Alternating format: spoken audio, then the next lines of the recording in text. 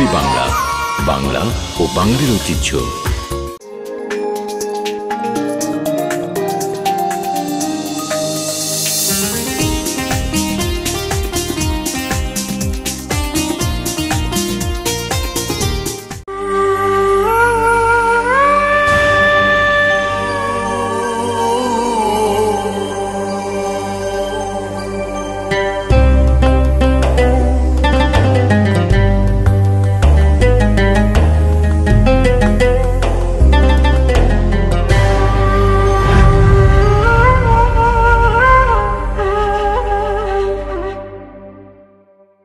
আসসালামু আলাইকুম ওয়া রাহমাতুল্লাহি ওয়া বারাকাতুহু।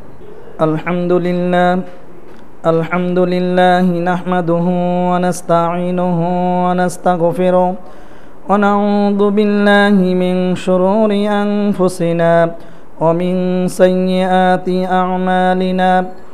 মান ইয়াহদিল্লাহু ফালা মুদিল্লা লাহু ওয়া মান ইউদ্লিলহু ফালা হাদিয়া লাহু। ونشهد أن لا إله إلا الله وحده لا شريك له وأشهد أن محمدا عبده ورسوله الذي أرسله بالحق بشيرا ونذيرا وداعيا إلى الله بإذنه وسراجا منيرا. اللهم صل على محمد وعلى آل محمد كما صليت على إبراهيم وعلى آل إبراهيم إنك حميد مجيد. اللهم بارك على محمد وعلى آل محمد كما باركت على إبراهيم وعلى آل إبراهيم إنك حميد مجيد. সুপ্রিয় দর্শক মণ্ডলী, মুভি বাংলা টেলিভিশনের নিয়মিত ইসলামিক অনুষ্ঠান কোরআন ও সুন্নাহর বাণী, এই প্রোগ্রামের পক্ষ থেকে আপনাদেরকে আন্তরিক অভিনন্দন ও মোবারকবাদ জানিয়ে আজকের আলোচনা শুরু করছি।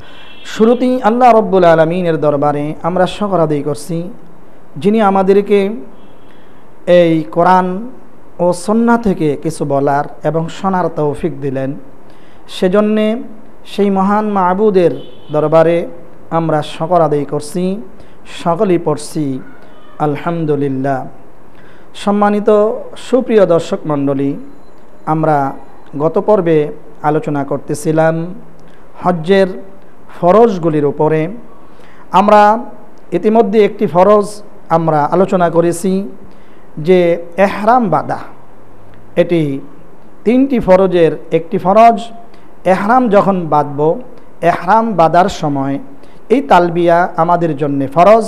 লাব্বাইক আল্লাহুম্মা লাব্বাইক, লাব্বাইক লা শারীকা লাকা লাব্বাইক, ইন্নাল হামদা ওয়ান নি'মাতা লাকা ওয়াল মুলক লা শারীকা লাক। এই একটি ফরজ। আরেকটি ফরজ হচ্ছে উকুফে আরাফা করা, যে জিলহজ মাসের 9 তারিখে আরাফার ময়দানে অবস্থান করা, এটি ফরজ।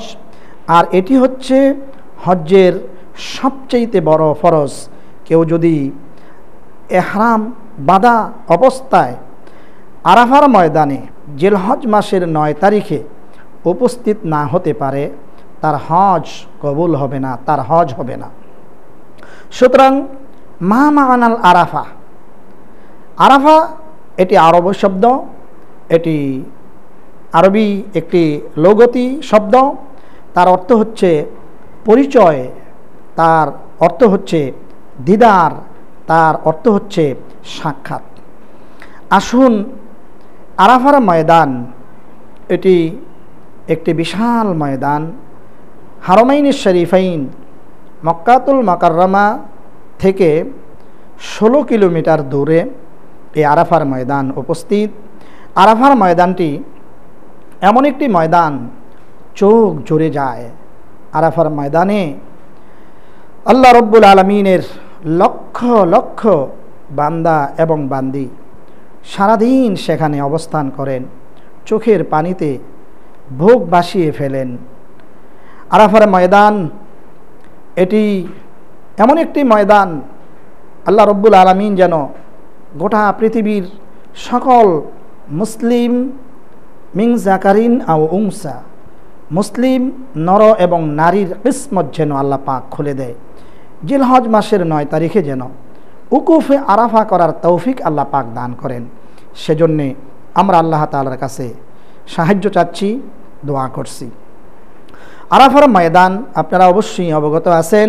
এই আরাফার ময়দানে আদম আলাইহিস সালাম এবং মা হাওয়া আলাইহিস সালাম দীর্ঘ 350 বৎসর, মতান্তরে 300 বৎসর পর্যন্ত কেঁদেছিলেন। দীর্ঘ বৎসর পর্যন্ত আল্লাহ তাআলার কাছে তারা তওবা করেছিলেন, কেঁদেছিলেন।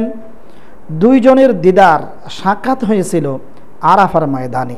আরাফা মানে পরিচয়ের স্থান।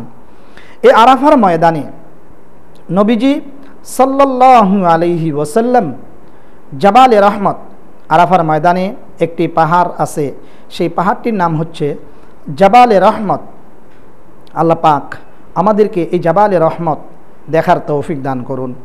ইসলামের ঐতিহাসিক একটি নিদর্শন জাবালে রহমত। এই জাবালে রহমতের এই পাহাড়ে দাঁড়িয়ে আল্লাহ রসুল সাল্লাল্লাহু আলাইহি ওয়াসাল্লাম তিনি বিদায়ের হজ্জের ভাষণ তিনি দিয়েছিলেন।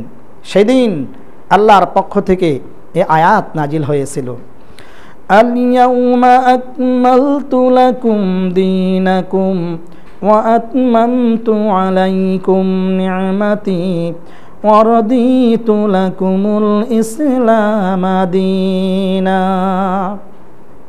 আল্লাহ পাক যখন আল্লাহ রসুল সাল্লাল্লাহু আলাইহি সাল্লামের উপরে এই আয়াত নাজিল করলেন, আল্লাহ রসুল সাল্লাল্লাহু আলাইহি ওয়াসাল্লাম আকাশের দিকে তাকিয়ে সোয়ালক্ষ সাহাবীর উপস্থিতিতে রসুল বলেছিলেন যে ইসলাম তোমাদের কাছে আল্লাহর পক্ষ থেকে একটি নিয়ামত।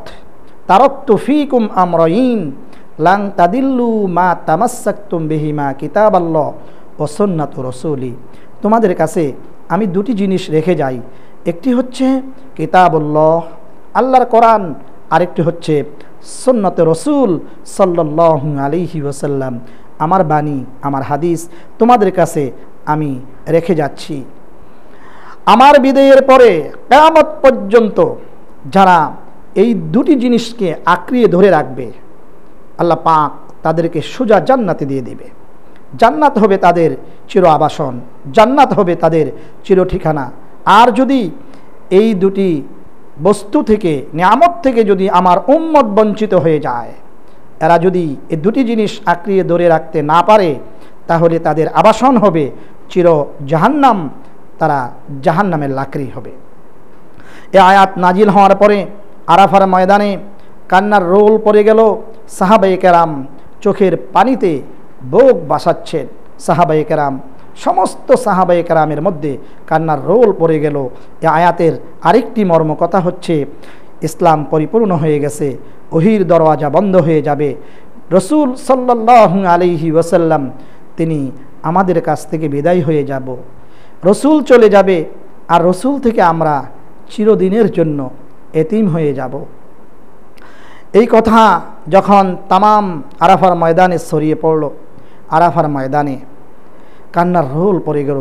আল্লাহ রসুল সাল্লাল্লাহু আলাইহি ওয়াসাল্লাম তিনি বলেছেন, তোমরা কোনো অবস্থাতেই কোনো চিন্তাযুক্ত হইও না। তোমরা যদি পরস্পর আতাসিমু বিহাবলিল্লাহি জামিআ, তোমরা যদি আল্লাহর রজ্জুকে মজবুত করে ধরে রাখো, তাহলে পৃথিবীর কোনো বাতিল শক্তি তোমাদেরকে হজম করতে পারবে না। আল্লাহ রসুল সাল্লাল্লাহু আলাইহি ওয়াসাল্লাম সেদিন আরাফার ময়দানে তিনি উম্মতের জন্য কিয়ামত পর্যন্ত সকল মুসলিম নর এবং নারীর জন্য তিনি দোয়া করেছিলেন। সম্মানিত সুপ্রিয় দর্শক মণ্ডলী, আরাফার ময়দান আপনি সেখানে নারী পুরুষ, উঁচু নিচু, কালো ধলো, আরব অনারব, ধনী গরিব, ফকির মিসকিন, সকল মানুষের গায়ে একই ধরনের পোশাক, সেটি হচ্ছে এহরাম। আপনি আমেরিকা থেকে আসেন হজ করতে আরাফার ময়দানে, আপনি সম্রাট, আপনি বড় বাদশাহ, আপনি প্রেসিডেন্ট, আপনি বড় খলিফা, আপনি বড় মন্ত্রী, আপনি বড় সচিব, আপনি বড় আমলা, আপনি বড় আলেম, আপনি বড় মুফাসসির, আপনি বড় মুহাদ্দিস, আপনি বড় ইমাম, যাই হন, সকলের গায়ে একই পোশাক, একই ড্রেস, সেই পোশাকটির নাম হচ্ছে এহরাম। এই এহরাম রত অবস্থায় তায়েফ আরাফার ময়দানে লক্ষ লক্ষ মানুষের হাজিদের কণ্ঠে একটি মাত্র শব্দ, সেটি হচ্ছে লাব্বাইকা আল্লাহুম্মা লাব্বাইক, লাব্বাইকা লা শারীকা লাকা লাব্বাইক, ইন্নাল হামদা ওয়ান নি'মাতা লাকা ওয়াল মুলক লা শারীকা লাক।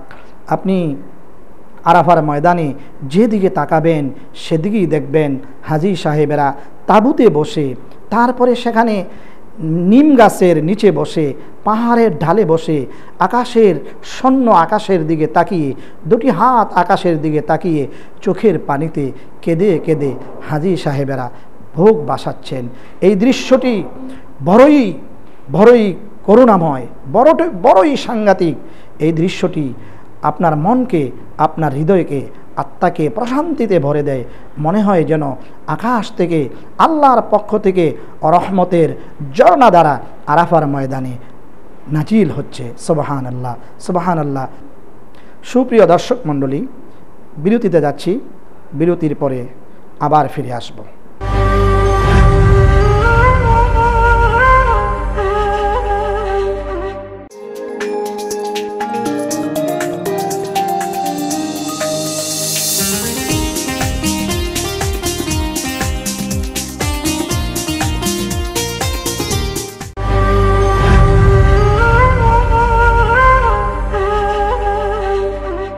সুপ্রিয় দর্শক মণ্ডলী, বিরতি থেকে ফিরে আসলাম, বাকি আলোচনায় চলে যাচ্ছি। বলতেছিলাম হজ্জের দ্বিতীয় রকন, দ্বিতীয় ফরজ।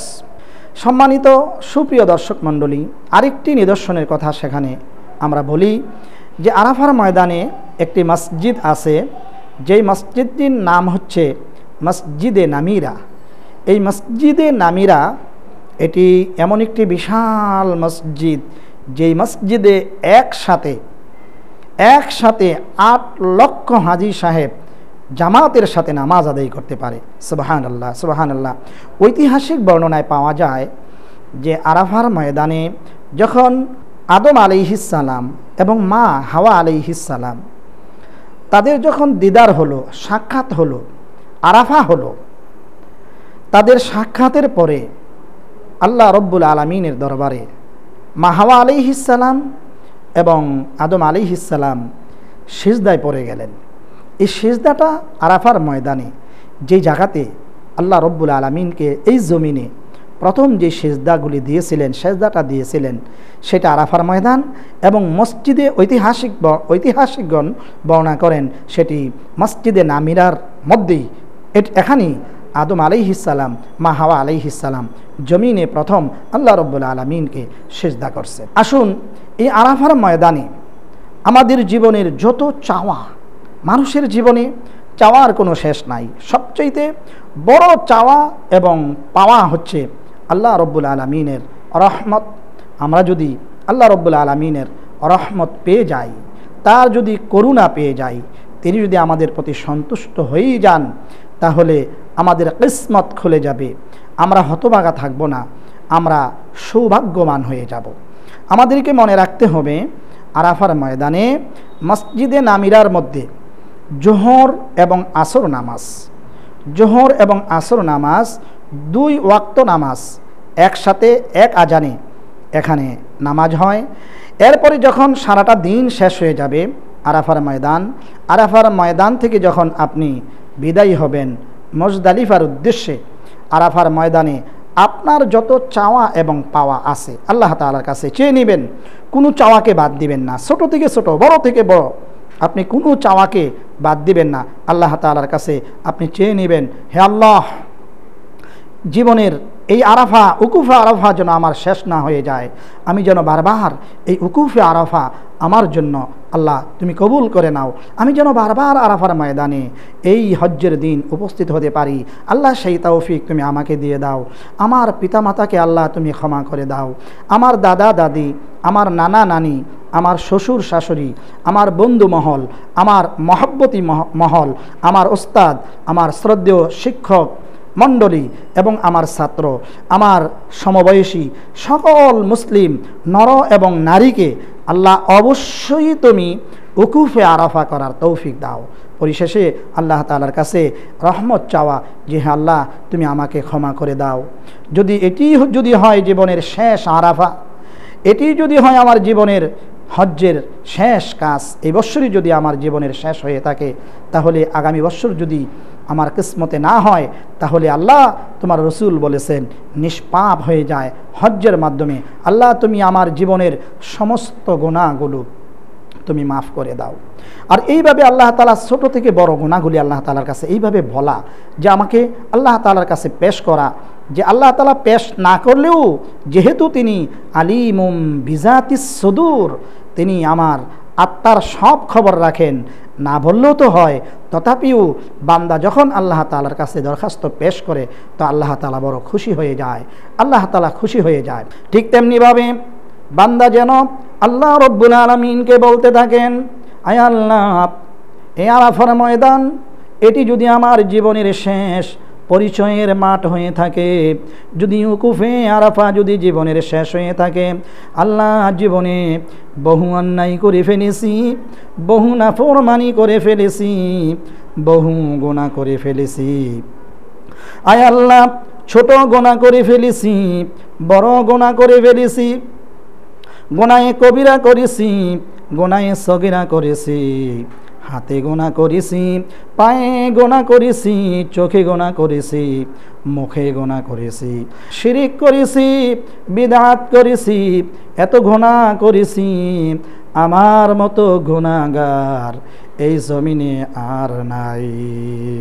এইভাবে বলা আল্লাহকে, আয় আল্লাহ, আয় আল্লাহ, এই বাকি জীবনে আর গোনা করব না, বাকি জীবনে আর গুনাহ করব না।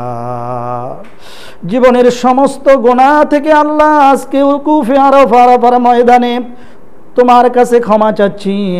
মা হাওয়া আলাইহিস সালাম, আদম আলাইহিস সালামকে ক্ষমা করে দিয়েছো, এটা তোমার সবচাইতে বড় নিদর্শন। আয় আল্লাহ, তুমি আমাকেও ক্ষমা করে দাও। ঠিক আল্লাহ পাক উকুফে আরাফাকারীকে অবশ্যই আল্লাহ তাআলা ক্ষমা করে দিবেন এবং তার সকল প্রকার দরখাস্ত আল্লাহ রব্বুল আলামিন কবুল করে নেবেন। সেজন্য ভাইয়েরা, হজ্জের যেই ফরজগুলি আলোচনা করতেছিলাম, প্রথম ফরজটি আমরা বলেছিলাম এহরাম বাঁধা, দ্বিতীয় ফরজটি আমরা বলেছি যে উকুফে আরাফা জিলহজ মাসের 9 তারিখে আরাফার ময়দানে অবস্থান করা, এটি হচ্ছে হজ্জের দ্বিতীয় ফরজ। তৃতীয় ফরজ হচ্ছে বাইতুল্লাহ তাওয়াফ করা। এখানে বাইতুল্লাহ প্রদক্ষিণ করা, এই বিষয়টি আমাদেরকে খুব ভালো করে জানতে হবে যে আমরা অনেকেই বাইতুল্লাহ যখন তাওয়াফ শুরু করবেন, আপনারা দেখবেন বাইতুল্লাহর যেখানে হাজারে আসওয়াদ পাথরটা রাখা আছে, হাজারে আসওয়াদ পাথর থেকে ঠিক বরাবর জমজম কূপের ঠিক বরাবর একটি কালো দাগ আছে এবং আপনি দেখতে পারবেন যে ডান দিকে আপনি যখন দেখবেন সবুজ সংকেত সুন্দর করে দেওয়া আছে, এখান থেকে আপনি তাওয়াফ শুরু করবেন। তাওয়াফের সময় কিন্তু আপনি লাব্বাইক আল্লাহুম্মা লাব্বাইক এটি পড়বেন না। তাওয়াফের সময় আপনি কি পড়বেন? আপনি তাওয়াফ শুরু করবেন তাকবীর দিয়ে, আল্লাহু আকবার, আল্লাহু আকবার, লা ইলাহা ইল্লাল্লাহু, আল্লাহু আকবার, আল্লাহু আকবার, ওয়ালিল্লাহিল হামদ।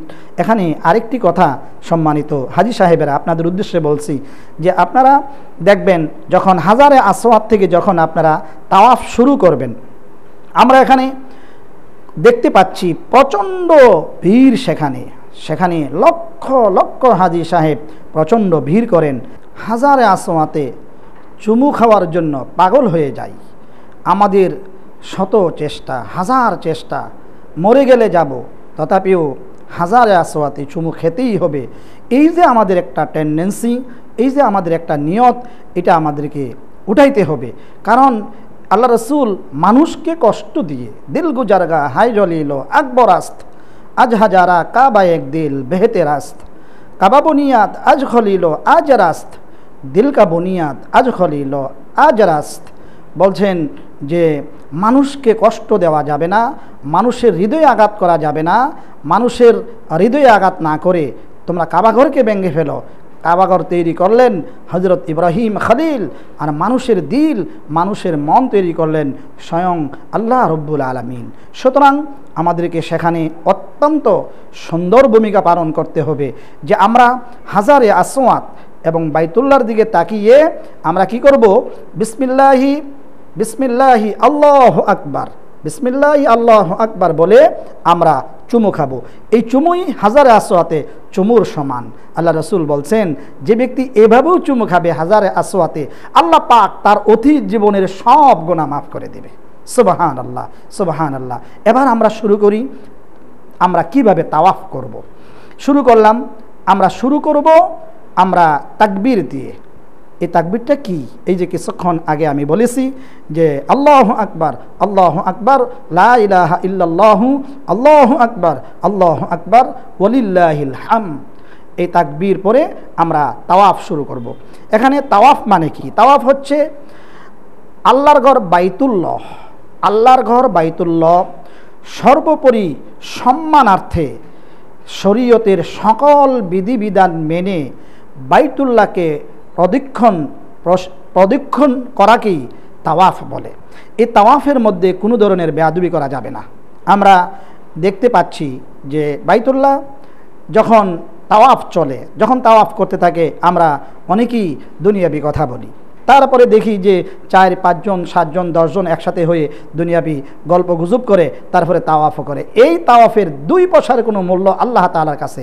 কারণ একটি বর্ণনা আসছে যে নামাজের মধ্যে কথা বলা যায় না। কেউ যদি কোনো জ্ঞানবান মানুষ যদি নামাজের মধ্যে কথা বলে, আল্লাহু আকবার, আলহামদুলিল্লাহি রাব্বিল আলামিন, আমি ভালো আছি, তোমরা কেমন আছো, আর রহমানির রহিম বলি, এই নামাজ কি আল্লাহ তাআলার কাছে কবুল হবে?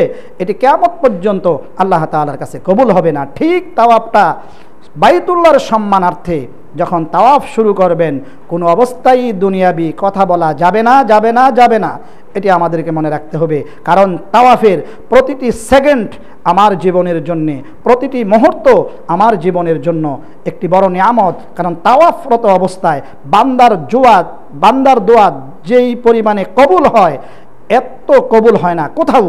সুতরাং তাওয়াফরত অবস্থায় যখন বাইতুল্লাহ আপনি ঘুরতে থাকবেন, বাইতুল্লাহ তাওয়াফ করতে থাকবেন, আপনার মনের ইচ্ছা অনুযায়ী আপনি আল্লাহর কাছে চাইবেন যতগুলি দোয়া আছে। রব্বানা যালামনা আনফুসানা ওয়া ইল্লাম তাগফির লানা ওয়া তারহামনা লানাকুনান্না মিনাল খাসিরিন।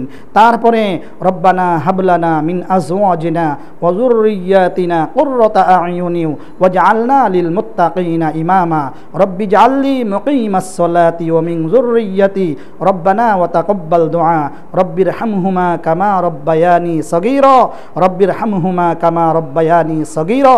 এইভাবে করে যখন আপনি বাইতুল্লাহ ঘুরতে থাকবেন, বাইতুল্লাহ তাওয়াফ করতে থাকবেন, এরপরে রুকনে ইয়ামানি একটা জায়গার নাম আছে, বাইতুল্লাহর একটি কোণা।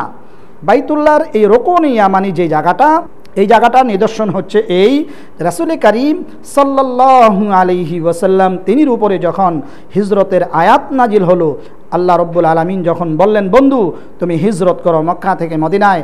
হিজরতের রজনীতে আল্লাহ রসুল সাল্লাল্লাহু আলাইহি ওয়াসাল্লাম যখন মক্কা থেকে বিদায় হয়ে তিনি চলে যাবেন, ঠিক রুকনে ইয়ামানিতে আল্লাহ রসুল সাল্লাল্লাহু আলাইহি ওয়াসাল্লাম বাইতুল্লাহর দিকে তাকিয়ে তিনি এই দোয়া করেছিলেন, রব্বানা আতিনা ফিদ দুনিয়া হাসানা ওয়া ফিল আখিরাতি হাসানা ওয়া কিনা আযাবান নার ওয়া কিনা আযাবাল কবর ওয়া কিনা আযাবাল হাশর ওয়া কিনা আযাবাল ফুলসিরাত ওয়া কিনা আযাবা ইয়াউমাল কিয়ামা। আল্লাহ রাসূল এইভাবে দোয়া করেছিলেন রুকনে ইয়ামানিতে, এই জায়গাতে বাইতুল্লাহর এই জায়গাতে বান্দার প্রত্যেক প্রত্যেকটি দোয়া আল্লাহ তাআলার কাছে কবুল হয়। আল্লাহ রসুল সাল্লাল্লাহু আলাইহি ওয়াসাল্লাম তিনি শেষ কথা এভাবে বলেছিলেন, বাইতুল্লাহর দিকে তাকিয়ে চোখের পানিগুলি ছেড়ে আল্লাহ রাসূল সেই দিন এত বেশি কেঁদেছিলেন আর বলেছিলেন, বাইতুল্লাহ, আমি তোমাকে ছেড়ে চলে যাই মদিনায়, প্রাণ ভরে তোমাকে আমি দেখতে পারলাম না, প্রাণ ভরে তোমার খেদমত আমি করতে পারলাম না, আল্লাহর হুকুম হয়ে গেল তোমাকে ছেড়ে আমি মদিনায় চলে যাচ্ছি। বাইতুল্লাহ, আল্লাহর কাছে এই দোয়া আমার দরখাস্ত, আবার যেন বিজয়ের বেশে তোমার খেদমতের জন্য আল্লাহ পাক বাইতুল্লাহর কাছে নিয়ে আসে। এইভাবে রসুল দোয়া করেছিলেন। সম্মানিত সুপ্রিয় দর্শক মণ্ডলী, বাকি আলোচনাগুলো আগামী পর্বে ইনশাল্লাহ আলোচনা করব। আমরা এখনই শেষ করছি। ও আখিরু দাওয়ানা আনিল হামদুলিল্লাহি রব্বিল আলামিন।